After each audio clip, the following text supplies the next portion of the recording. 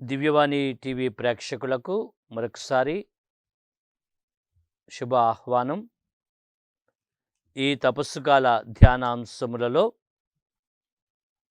The imitation of Christ by Thomas a Kempis, ఒక ప్రసిద్ధ ఆధ్యాత్మిక పుస్తకం.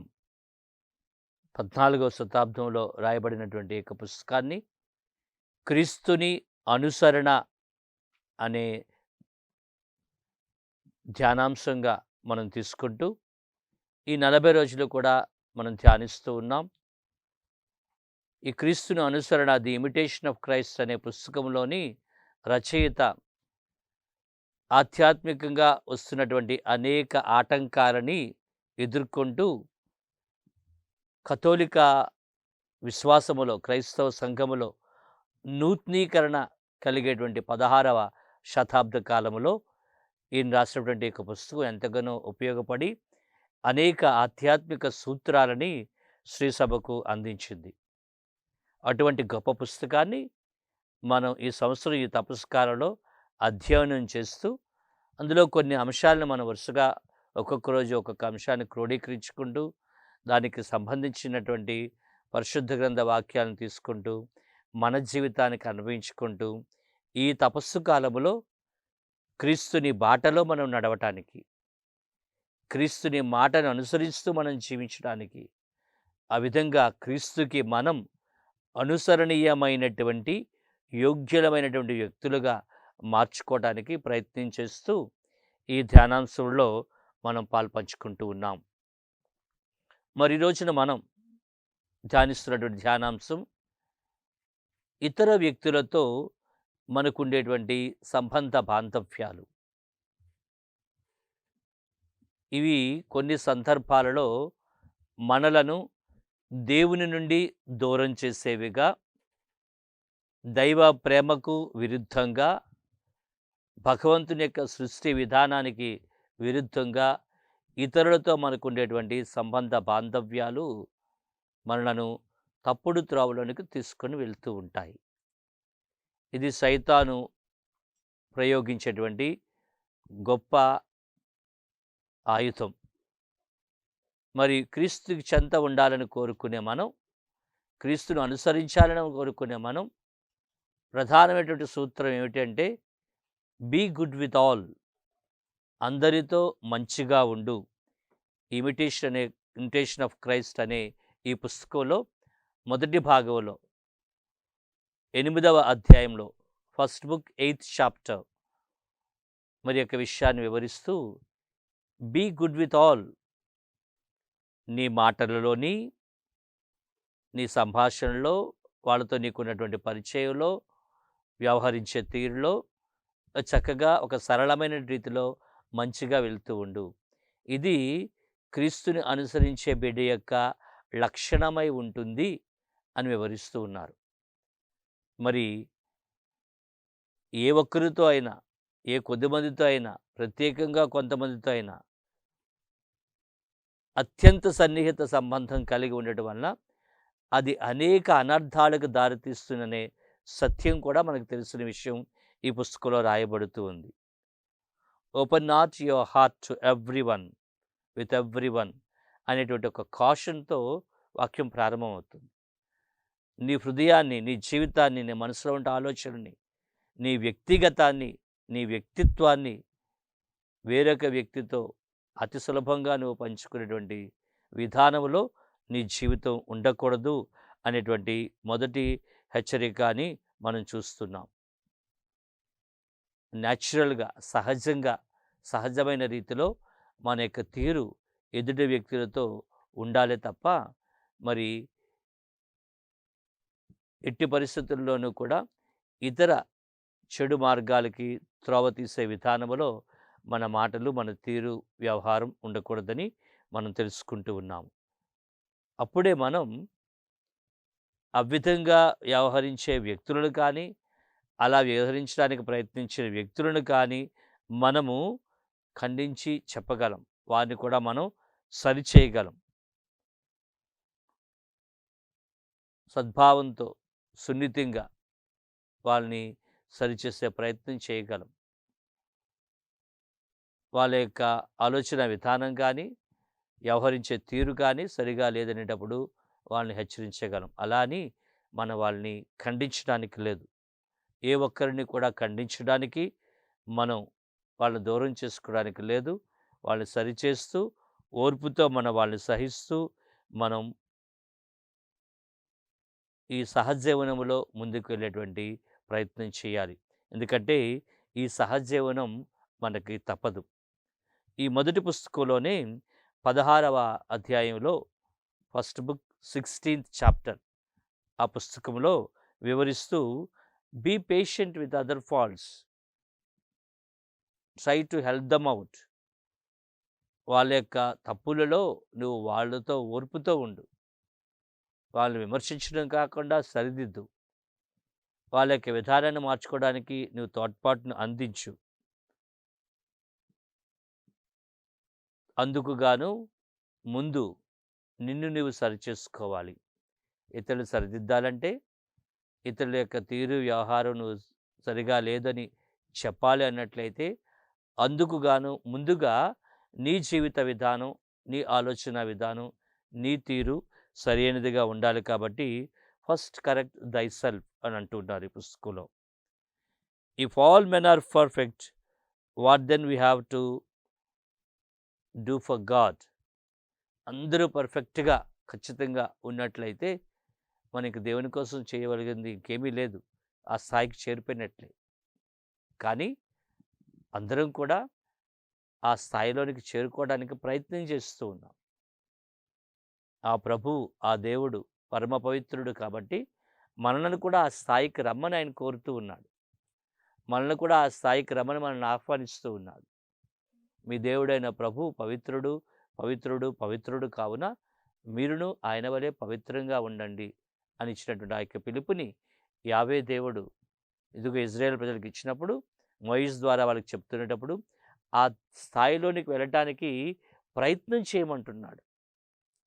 కాబట్టి ఇతరులని మనం సరిదిద్దే ముందు మనల్ని సరిదిద్దుకుంటూ, మనం ఒక మెట్టు పైకెళ్ళి ఆ స్థాయిలో ఉంటూ, తద్వారా ఇతరులను కూడా ఆ విధానంలోనికి మార్చే ప్రయత్నం చేస్తూ ఉన్నట్లయితే, అప్పుడు ఈ సువాసన, ఈ పరిమళం వెదజల్లబడుతుంది. అక్కడ ఆ సమాజంలో, ఆ వీధిలో, ఆ కోటలో, ఆ ప్రాంతంలో వాతావరణం కూడా సరైన సత్సంబంధాలు కలిగి ఉన్నటువంటి వాతావరణం ఏర్పడే పరిస్థితి మనకు కనబడుతుంది.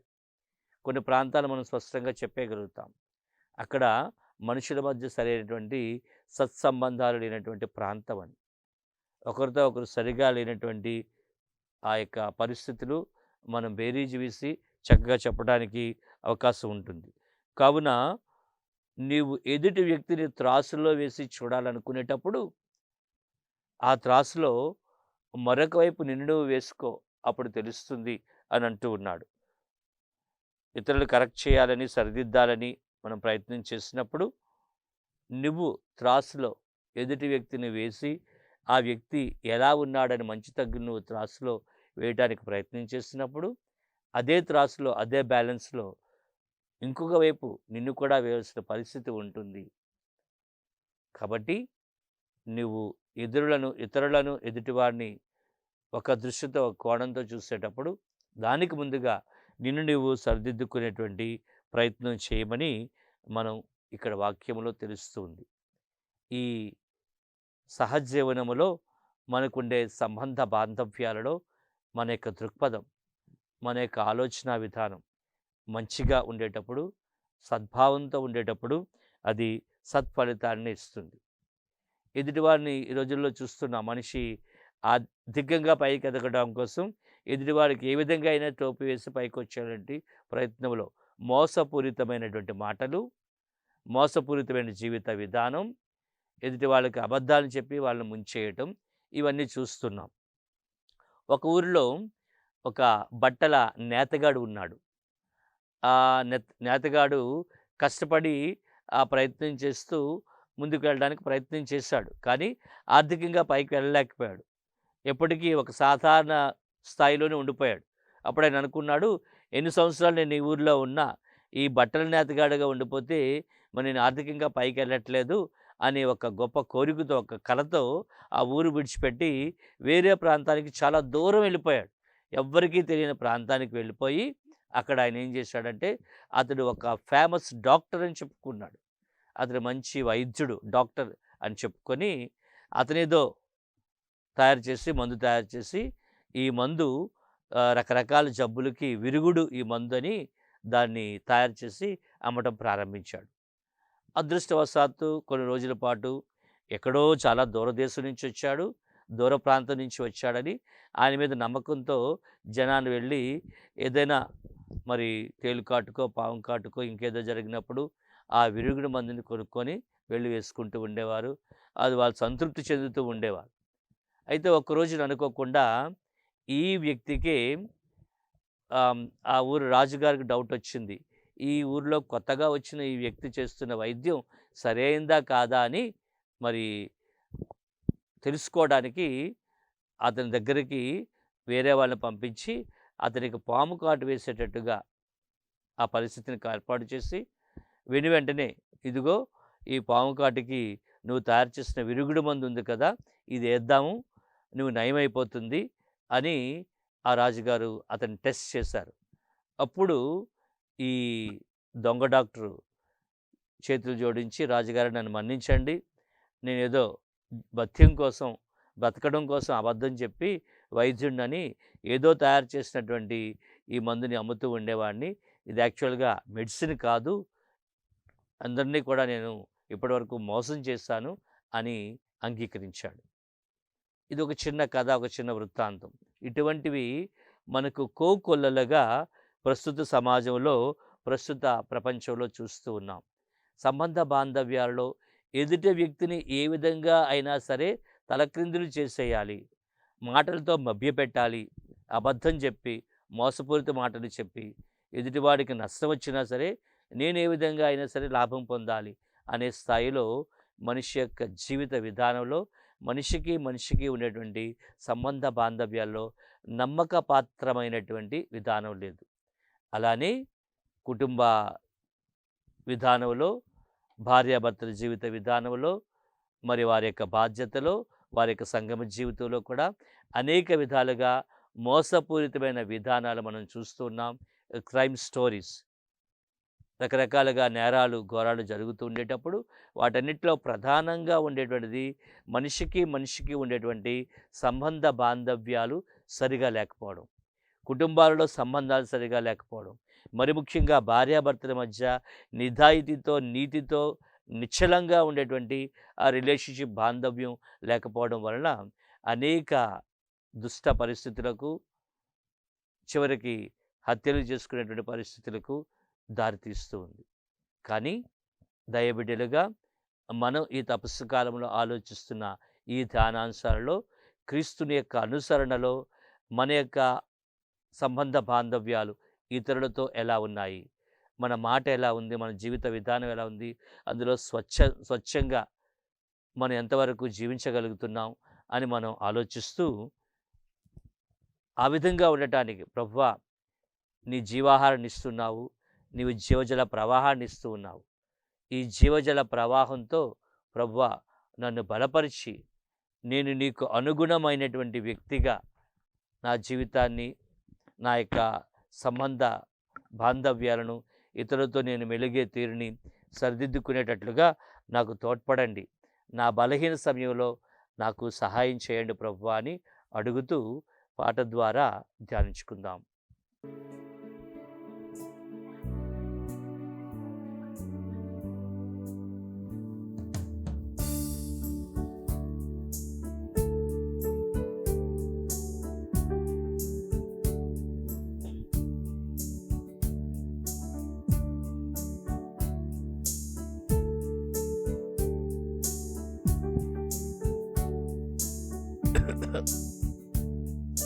జీవనదిని నా హృదయములో ప్రవహింపచేయుమ చేయుమయా. జీవనదిని నా హృదయములో ప్రవహింపచేయుమయా.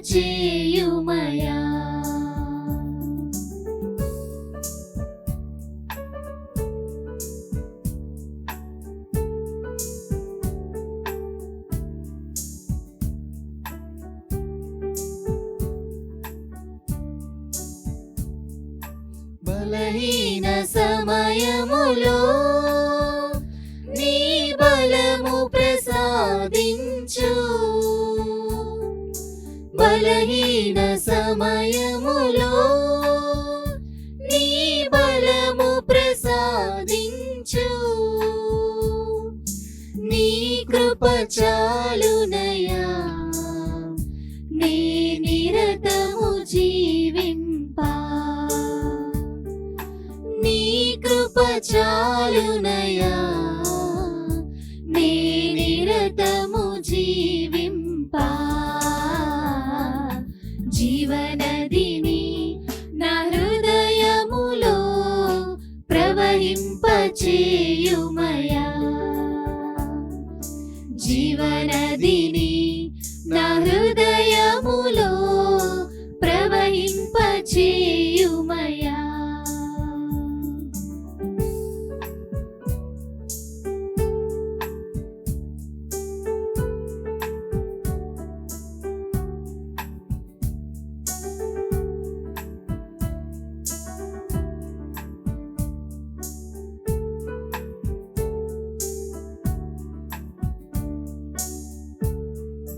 శరీర క్రియలన్నీయు నాలో నశింపచేయుమయా.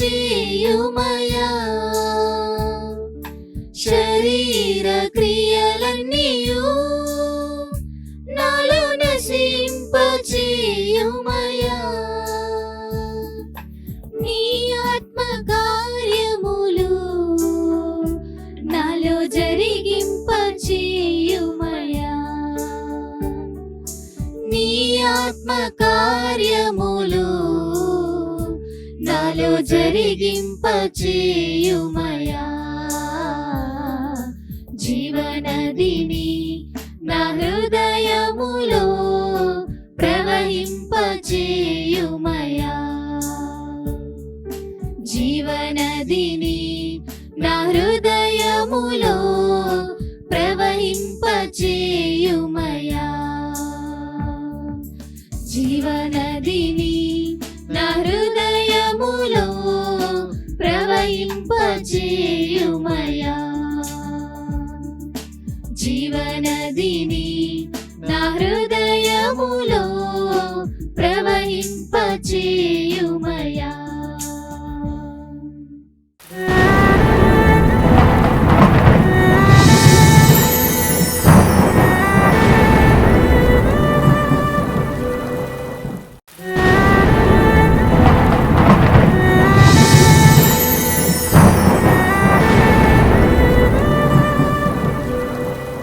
మన సంబంధ బాంధవ్యాలలో మరి ముఖ్యంగా నిర్మలంగా పవిత్రంగా ఉండాలని ప్రభుని యొక్క సంకల్పం, కోరిక. భక్తపౌరుడు కొరింథీయులకు రాసినటువంటి మొదటి లేఖ 6వ అధ్యాయము 16 నుంచి 18 వచనాలలో ఈ విధంగా అంటూ ఉన్నాడు. కొరింథీయులకు రాసిన మొదటి లేఖ 6వ అధ్యాయము 16 నుంచి 18 వచనాలలో, వేశ్యా సంగము చేయు వ్యక్తి ఆమెతో ఏక శరీరమగునని మీకు తెలియదా? వారు ఇరువురు ఒకే శరీరము కలవారగుదురని లేఖనములు చెప్పుచున్నవి కదా అనే హెచ్చరిక వాక్యాన్ని ఆ సంఘానికి భక్తపౌరుడు చెప్తున్నట్టుగానే, మరి శారీరక సంబంధ బాంధవ్యాలలో నిర్మలంగా పవిత్రంగా ఉండటానికి, మీరు దేవునికి యోగ్యముగా పవిత్రంగా ఉండటానికి ప్రయత్నించాలని ఆ ప్రభు భోజనాన్ని స్వీకరించే ప్రతి బిడ్డ కూడా వాక్యులు అంటూ ఉన్నాడు భక్తపౌరుడు. ప్రభునితో ఐక్యము చెందువారు ఆధ్యాత్మికంగా ఆయనతో ఒకటి అగుదురు. మనం ప్రభునితో ఒకటి అవ్వాలి అని అనుకునేటప్పుడు ఈ విధంగా ప్రభునికి అయిష్టమైనటువంటి శారీరక బాంధవ్యంతో మనం వేరొకరితో ఒకటవుతున్నప్పుడు ప్రభునితో ఐక్యమయ్యేటువంటి బంధాన్ని పోగొట్టుకుంటున్నట్లే. అంటే ఈ శారీరక సంబంధ విధానాలలో అపవిత్రంగా ఉండేటప్పుడు క్రీస్తుని స్వీకరించి ఆయనతో ఐక్యం కావడానికి ఉన్నటువంటి యోగ్యతను, అవకాశాన్ని మనం పోగొట్టుకుంటూ ఉన్నట్లే. 2 కొరింథీయులు 6వ అధ్యాయము 14-15 వచనాలలో ఈ విధంగా చెప్పబడుతూ ఉంది. 2 కొరింథీయులు 6వ అధ్యాయము 14-15. కొరింథీయులకు రాసిన 2వ లేఖ 6వ అధ్యాయం. చీకటి వెలుగు కలిసి ఒక చోట ఎట్లు ఉండగలవు? కావున దేవుని విశ్వాసిగా నీవు చెడు వ్యక్తుల సహవాసముతో ఎలా ఉంటావు అన్నటువంటి వాక్యము ఇక్కడ హెచ్చరికను చూస్తూ ఉన్నాం. చీకటి వెలుగు రెండు కూడా ఒక చోట ఉండలేవు. దేవుని యొక్క సహవాసములో ఉండే వ్యక్తి పవిత్రంగా ఉండాలనేటువంటిది ప్రభువు కోరుకుంటున్నటువంటిది. మరి సంబంధ బాంధవ్యాల్లో ఎదుటి వ్యక్తితో మరి సహజీవనములో అపవిత్రంగా ఉన్నటువంటి వ్యక్తి దేవుని యందు పవిత్రతలో ఏకం కానట్లే. కావున పవిత్రత అపవిత్రత ఒకచోట ఉండవు. చీకటి వెలుగు రెండు ఒకచోట ఉండవు. క్రీస్తుతో ఐక్యమవ్వాలనుకున్నటువంటి వారు, క్రీస్తుతో ఐక్యమవుతున్న వాళ్ళు మరిదిగో ఇతరత్ర శారీరకముగా ఐక్యమయ్యే విధానములో దేవునికి విరుద్ధంగా అపవిత్రంగా ఉండకూడదు అనేటువంటి హెచ్చరికను పౌలుడు చెప్పినటువంటి మాటల ద్వారా మనం ఆలకిస్తూ ఉన్నాము. నీ సహవాసమును పరీక్షించుకొనుము. సంబంధ బాంధవ్యాలు నీవు వేటిని దూరం చేసుకోవాలో అని ఈ రోజున ప్రత్యేకంగా ఒక టాస్క్గా, ఒక కర్తవ్యంగా, బాధ్యతగా ఈ తపస్కాల మొదటి వారంలోనే ధ్యానించడం చాలా మంచిది. సామెతల గ్రంథము 4వ అధ్యాయము 27వ వచనము. చెడుని విడనాడి రుజు మార్గమున నడువుము, కుడి ఎడమలకు బెత్తెడైనను మీరు జరుగకుడు. కావున మన యొక్క రిలేషన్స్లో, ఇతరులతో మనం వ్యవహరించే తీరులో, మనం ఖచ్చితంగా ఉండవలసిన మన మాట తీరులో, మన యొక్క వ్యాపార శైలిలో, ఇతరులతో వ్యవహరించే తీరులో నీవు రుజు మార్గములో ఉండాలి. చెడును విడనాడి రుజు మార్గమున నడువుము, కుడి ఎడమలకు బెత్తెడైనను నీవు దీనిని జరగనివ్వవద్దు. ఆ నిక్కచ్చైనటువంటి పద్ధతిలో నీవు జీవించగలగాలని ప్రార్థించుదాం, ప్రభుని అడుగుదాం. అటువంటి నిర్దిష్టమైనటువంటి జీవిత విధానంలో మనం ఉండటానికి ప్రభువా మాకు శక్తినివ్వండి. అనేక అవరోధాలు, ఆటంకాలు, శోధనలు వస్తూ ఉన్నాయి. ఈ పవిత్ర కాలంలో మాకు ఆలోచించే ఒక అవకాశాన్ని ఇచ్చావు. మా సంబంధ బాంధవ్యాలు, మా రిలేషన్షిప్, ఇతర వ్యక్తులతో మాట తీరులో ఎలా ఉన్నాం, మోసపూరితమైన మాటలు, మరి మోసం చేసేటువంటి విధానాలు, అన్యాయంగా సంపాదించడం కోసం ఎదుటి వాళ్ళని ఇబ్బందులు పెట్టేటువంటి తీరు, అలానే మరి శారీరక సంబంధ విషయాలలో కూడా నిర్మలంగా, పవిత్రంగా కాకుండా, మీరు కోరినట్టుగా కాకుండా మీకు విరుద్ధంగా ఉండటం, వీటన్నిటినీ కూడా గ్రహించుకొని విడిచిపెట్టే ప్రయత్నం చేస్తుండగా ప్రభు నాకు సహాయపడు. ఈ తపస్కాలంలో నీ పవిత్ర బిడ్డగా నేను ఉండేటట్లు నాకు తోడ్పడు.